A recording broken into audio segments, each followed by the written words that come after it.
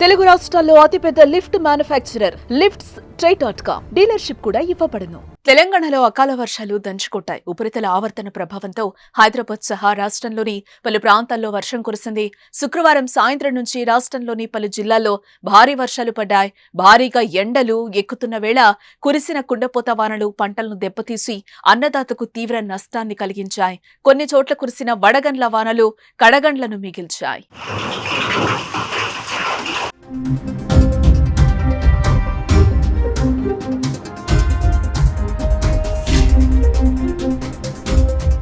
నిజామాబాద్, మెదక్, సిద్దిపేట, మంచిర్యాల, కుమ్రంభీం, ఆసిఫాబాద్ జిల్లాలో పలు చోట్ల ఓ మోస్తరు వర్షం కురిసింది.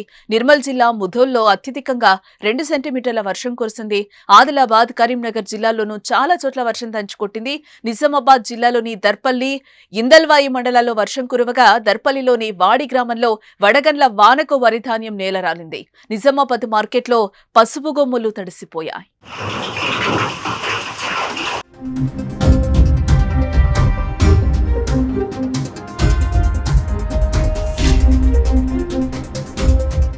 హైదరాబాద్, రంగారెడ్డి, మేడ్చల్, మల్కాజ్గిరి, సంగారెడ్డి, మహబూబ్ నగర్ జిల్లాల్లో ఉరుములు, మెరుపులు, గాలులతో కూడిన వర్షాలైతే పడ్డాయి.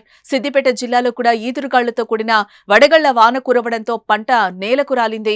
మెదక్ జిల్లాలో వర్షం బీభత్సం సృష్టించింది. కొల్చారం మండలం పోతంశెట్టిపల్లిలో సుడిగాలికి రోడ్డు పక్కన చెట్లు కూలిపోగా రేకుల షెడ్లు పునాదులతో సహా తొలగిపోయాయి. కరెంటు పోలు విరిగి ఓ వ్యక్తి 2 కాళ్లు విరిగిపోయాయి. ఏడుపాయలకు వెళ్లే దారిలో రేకుల షెడ్డు అమాంతం పైకెగిరి ఆగి ఉన్న కారుపై పడగా అదృష్టవశాత్తు అందులోని 2 వ్యక్తులు తప్పించుకున్నారు. మెదక్, హైదరాబాద్ రోడ్డుపై అడ్డంగా చెట్టు పడ్డంతో ట్రాఫిక్ నిలిచిపోయింది.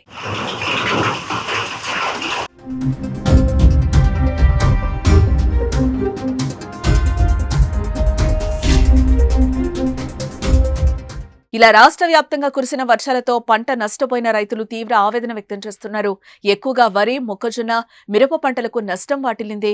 మామిడి కూడా నేలకు రాలడంతో లబోదిబోమంటున్నారు. పసుపు రైతులు నష్టపోయారు. మరో 2 రోజుల పాటు కూడా తెలంగాణలోని పలు జిల్లాల్లో తేలికపాటి నుంచి మోస్తరు వర్షాలు కురుస్తాయని రైతులు, ప్రజలు అప్రమత్తంగా ఉండాలని వాతావరణ శాఖ అలర్ట్ జారీ చేస్తోంది.